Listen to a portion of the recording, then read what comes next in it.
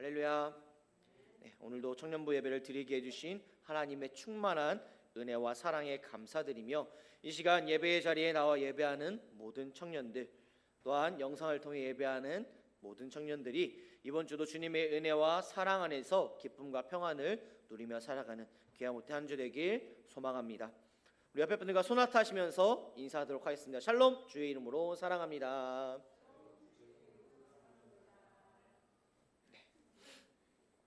오늘은요, 진리로 사는 신앙이라는 제목을 가지고 말씀을 전하고자 합니다. 우리는 진리이신 하나님을 믿고 그 믿음으로 사는 그러한 신앙과 삶이 되어야 합니다. 진리란 무엇일까요? 예수 그리스도가 죽은 지 사흘 만에 다시 부활하셨다. 하나님의 말씀은 영원하다라는 그러한 등등의 성경에서 말씀하고 있는 것들은 모두 진실이며 진리임을 우리는 기본으로 믿고 신앙생활을 해야 합니다. 지난주 설교 기억나시나요?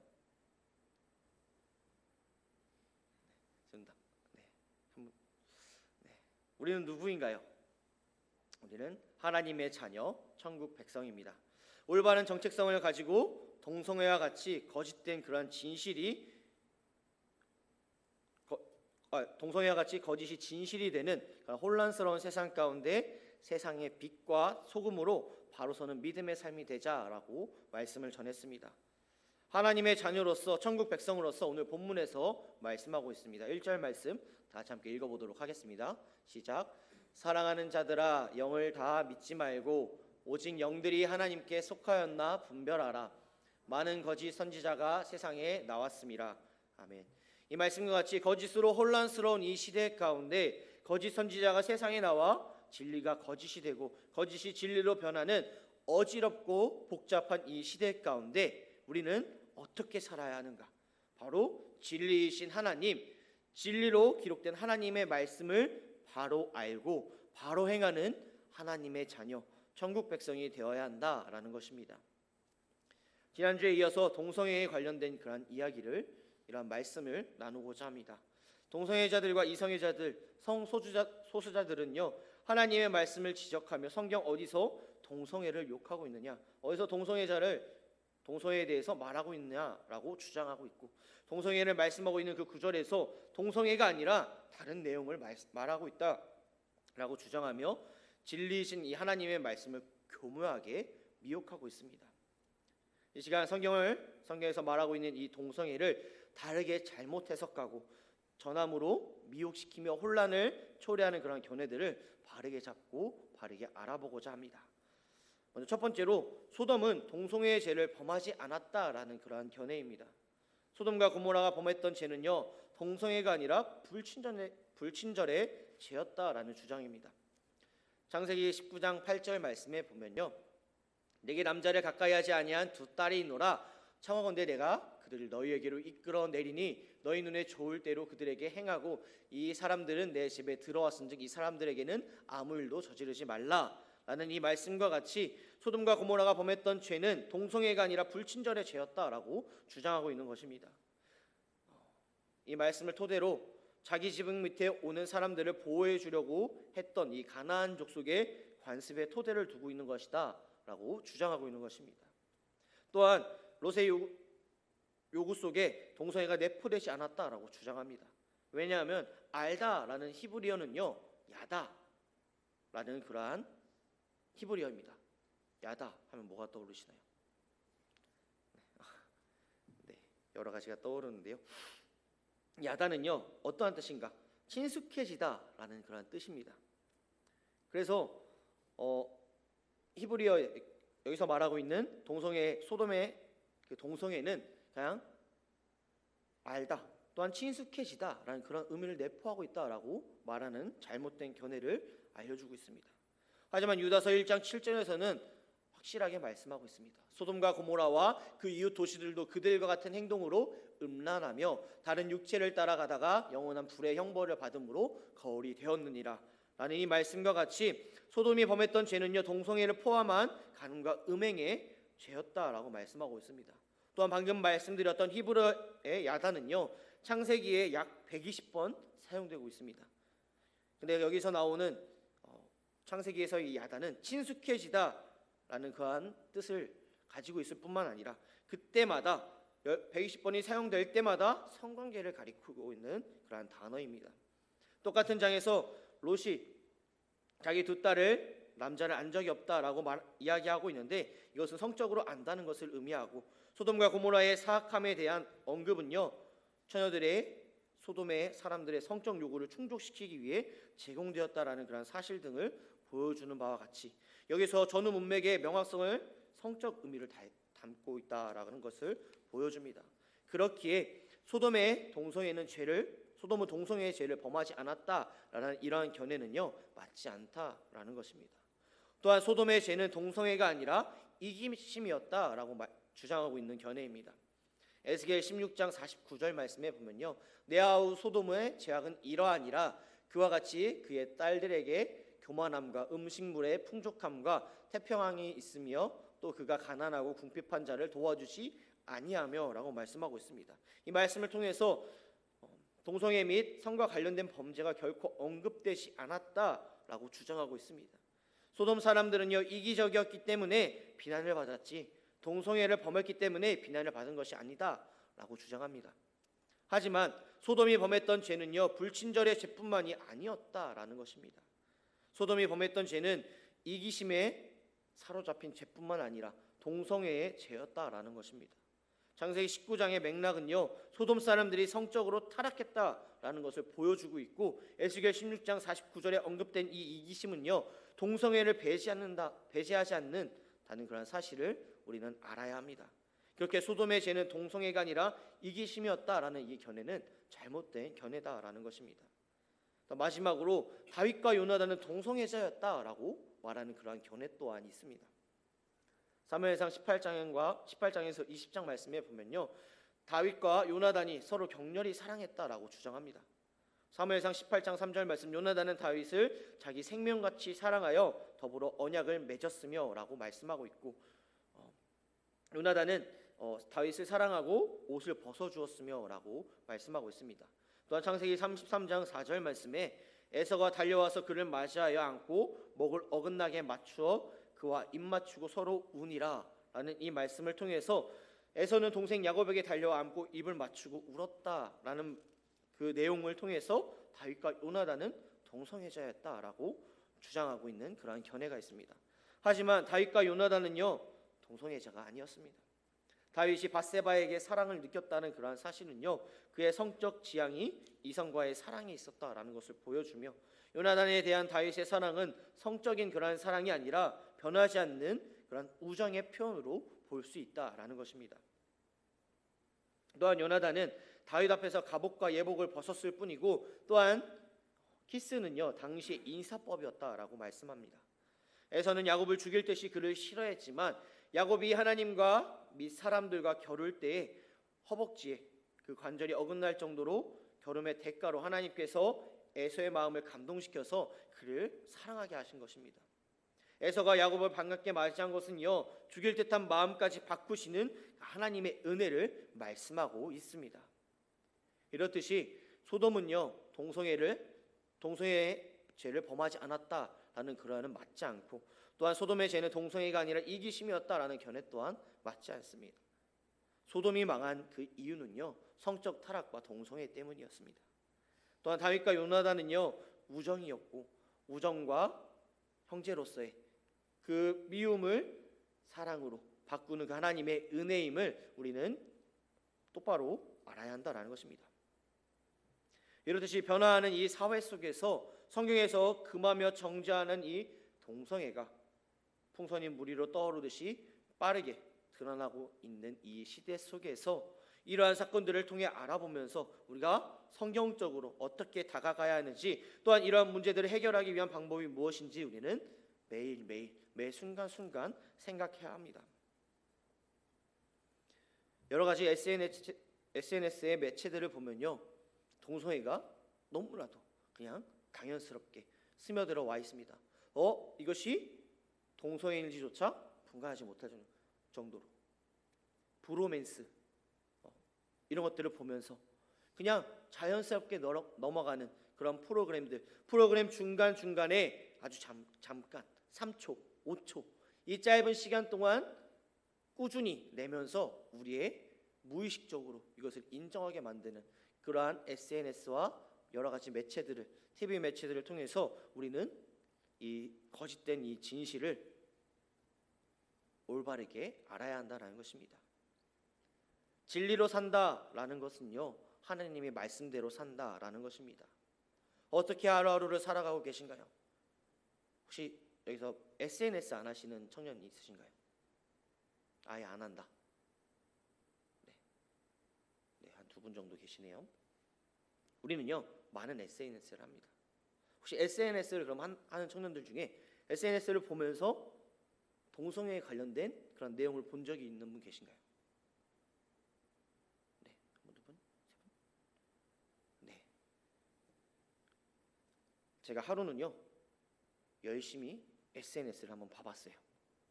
릴스도 보고요, 쇼츠도 보게 되었어요.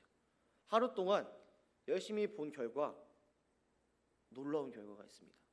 무심코 넘어가는 중에 동성애가 껴있었다라는 것입니다. 그냥 개그의 소재로, 그냥 일반적인 그냥 웃기는 용도로 사용된 그러한 내용 속에도 동성애가 침투해 있었다라는 것입니다. 우리가 그냥 인지하지도 못한 채 그것이 지나가며 우리의 일상 속에 스며들었다라는 것입니다. 그렇게 우리는 어떻게 살아야 하는가? 진리이신 하나님의 말씀만을 온전히 바로 세워야 한다라는 것입니다. 진리로 사는 하나님의 말씀으로 살아가는 우리의 삶이 되어야 합니다. 그러기에 동성애 우리는 어떻게 대해야 하는가? 죄와 죄인은 구분되어야 한다라는 말이 있습니다. 예수님 역시 현장에서 간음 중에 잡힌 여자를 만났을 때 죄와 죄인을 구분하셨습니다. 그 간음 중에 잡힌 여자가 죄가 없었을까요? 그 여인이 옳은 행위를 한 것이었을까요? 그렇지 않습니다. 하지만 예수님은 여인에게는 긍휼을 베푸셨지만 이 여인의 행한 죄에 대해서는 미워하시는 그러한 모습을 보게 됩니다. 요한복음 8장 18절 말씀, 예수께서 이르시되 나도 너를 정죄하지 아니하노니 가서 다시는 죄를 범하지 말라 하시니라 라고 말씀하십니다. 동일하게 예수님은 많은 세리와 창기들과 어울리시고 식사도 하셨습니다. 예수님의 이러한 행동은요, 그들이 지은 죄를 용납하심이 아니라 죄와 죄인을 구분하시는 그 예수님의 공의와 사랑이다라는 것입니다. 세상 사람들이 많이 말합니다. 기독교 하면 뭐가 떠오르냐? 기독교 하면 뭐가 떠오르시나요? 네, 맞아요. 사랑입니다. 제가 설교 전에도 주님의 이름으로 사랑합니다 라고 말했던 것과 같이 기독교 하면 사랑이다 라고 많이들 그렇게 정의를 내립니다. 그런데 세상 사람들은, 또한 반기독교는요, 동성애를 지향하는 그런 사람들은요, 우리 기독교를 향해 외칩니다. 너희 사랑이 정이지 않냐? 예수 그리스도의 사랑을 너희도 사랑해야 하지 않냐? 우리 동성애도 사랑해야 되지 않냐? 동성애자들도 사랑해야 되지 않냐? 왜 싫어하느냐? 왜 우리를 죄인이라 말하느냐? 마가복음 2장 17절 말씀에 예수께서 들으시고 그들에게 이르시되 건강한 자에게는 의사가 쓸데없고 병든 자에게라야 쓸데있느니라. 나는 의인을 부르러 온 것이 아니요 죄인을 부르러 왔노라 하시니라. 말씀과 같이 그들도 죄인이지만 우리 또한 죄인이다라는 사실을 기억해야 합니다. 그 가운데 그들을 정죄하는 것이 아니라 하나님 앞에 다 같은 죄인 된 그 겸허한 마음으로 함께 긍휼을 구하는 태도가 되어야 합니다. 그들은 죄를 범한 건 맞아요. 동성애는 죄예요. 하지만 그들이 하나님께로 다시금 나올 수 있도록 우리는 이끌어 가야 한다는 것입니다. 왜냐? 우리 또한 동성애가 아니더라도 하나님 앞에 죄를 짓고 있는 죄인이기 때문입니다. 결론적으로 말해서 우리는 예수님이 그러하셨듯이 죄인은 용납하고 긍휼의 마음으로 품되 죄에 대해서는 단호하게 지적하고 성령의 검인 말씀으로 변화받아서 하나님 앞에 온전한 모습으로 설 수 있도록 도움의 손길을 베풀어야 한다라는 것입니다. 성평등이나 차별금지법에 대해서 우리는 어떻게 행동해야 하는가? 첫째로 그들의 영화와 문화, 법 등으로 미혹하더라도 세속적인 그 주장에 흔들리지 말고 하나님의 말씀인 진리를 굳게 붙잡아야 합니다. 방금 전에도 이야기했듯이 많은 동성애자들과 많은 그런 반기독교 세력들이 성경 말씀을 통해서 그 말씀을 와해시키고 혼란을 조장시키는 그러한 일들을 하고 있습니다. 하지만 그 가운데 우리는 흔들리지 않고 진리로 살아가는 그 삶 가운데, 말씀으로 살아가는 그 삶 가운데 온전히 하나님의 말씀을 굳게 붙잡고 살아가야 한다라는 것입니다. 또한 거룩한 삶을 살아야 합니다. 동성애 옹호자들의 무기는요, 음란입니다. 우리의 무기는 거룩이에요. 거룩은 음란을 이기기 때문에 우리가 먼저 의인이 되도록 거룩한 삶을 살도록 노력해야 합니다. 또한 희생과 헌신의 본을 보여주어야 합니다. 동성애자들은요, 자신들의 쾌락을 위해 돈을 바치고 자신의 삶을 바쳐서 동성애 합법화를 위해 노력하고 있습니다. 미국은 기독교 국가입니다. 누구나 다 알고 있듯이. 하지만 1% 정도밖에 되지 않는 그 동성애자들이 단결해서 동성결혼을 합법화시키는 그러한 일을 이루어냈습니다. 세상이 악해지는 이유는요, 저절로 악해지는 것이 아니라 악한 자의 노력에 의해서 이루어집니다. 따라서 그것을 막으려면 우리도 그만큼 노력하며 온전히 나아가야 한다라는 것입니다. 희생과 헌신의 본으로서 나아가야 합니다. 미국 서구 유럽의 동성애가 합법화된 이유는요, 기독교인의 헌신보다 동성애자들의 노력이 더 크기 때문이었습니다. 요즘 시대를 보면요, 요즘 우리나라를 보면요, 동성애가 많이들 들어와 있습니다. 더 나아가 차별금지법에 대해 나아갑니다. 하지만 우리는 이러한 시대 가운데, 이러한 나라의 정세 가운데 세상을 향해 용감하게 외칠 수 있어야 합니다. 동성애에 대해 비판적인 말을 하면 동성애자가 벌떼와 같이 달려들어서 다시는 그런 말을 하지 못하도록 만드는 이 시대 가운데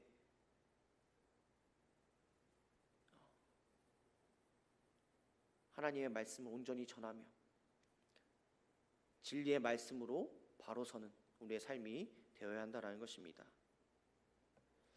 오늘 본문 말씀에서 말씀하고 있습니다. 5절과 6절 말씀, 그들은 세상에 속한 고로 세상에 속한 말을 하며 세상이 그들의 말을 듣느니라. 지금 이 세상의 사람들은요, 주님을 알지 못하는 그런 사람들, 또한 기독교인이 아닌 사람들은요, 이 동성애자들의 말과 이 세상 사람들의 말을 믿고 그것을 행하며 그것이 마치 진실인 양, 진리인 양 살아가는 그런 세상 사람들의 모습을 보게 됩니다. 하지만 그 가운데 우리는 바로 서서 이 거짓된 이 시대 가운데, 혼란의 시대 가운데 진리의 말씀으로, 진리의 이 신앙으로 나아가는 우리의 삶이 되어야 합니다. 말씀을 정리하고자 합니다. 청년들 시험 보고 오답 노트 해본 적 있으신가요? 네, 오답 노트. 네, 많이 해보셨나요? 저는 별로 오답 노트, 오답 노트 저도 되게 많이 했었어요. 그래서 시험을 한번 보고 나면 중간고사, 기말고사를 보면 이 두꺼운 이 책이 다시 두꺼워지는 그런 오답 노트를 많이 했는데요. 왜 오답 노트를 할까요? 틀린 것을 바로 잡기 위해서입니다. 이 혼란의 시대 가운데 바로 하나님의 말씀을 바로 알아야 하는 이유는요, 이 어려운 시대 가운데, 이 혼란의 시대 가운데 바로 알고 바로 잡기 위해서입니다. 우리 주변에 자기도 모르게 아니요, 그냥 동성애를 찬성하는 사람들이 너무나도 많이 있습니다. 왜냐, 그냥 그 사람대로 내버려 둬. 그 사람들의 인생인걸? 아니요, 하나님께서는요, 그 잃은 양, 잃은 드라크마를 찾는 하나님의 그 사랑을 우리는 그들에게 전하며 나아가야 합니다. 그리고 또한 잘못 알고 있는 심령들에게 온전히 진리의 말씀을 전하며 나아가는 삶이 되어야 한다라는 것입니다. 다시 한번 말씀드립니다. 이 세상을 어지럽히고 미혹시키는 그러한 세력에게, 쓰러지고 넘어지는 것이 아니라 진리의 말씀으로 담대히 이기며 나아가는 우리의 귀하 복된 믿음의 삶이 되어야 하며, 믿음의 삶을 통하여서 이 진리의 말씀을 붙잡고 의지함 가운데 온전히 나아가는, 온전히 전하며 굳게 서며 나아가는 우리 다니엘 청년부가 되길 소망합니다.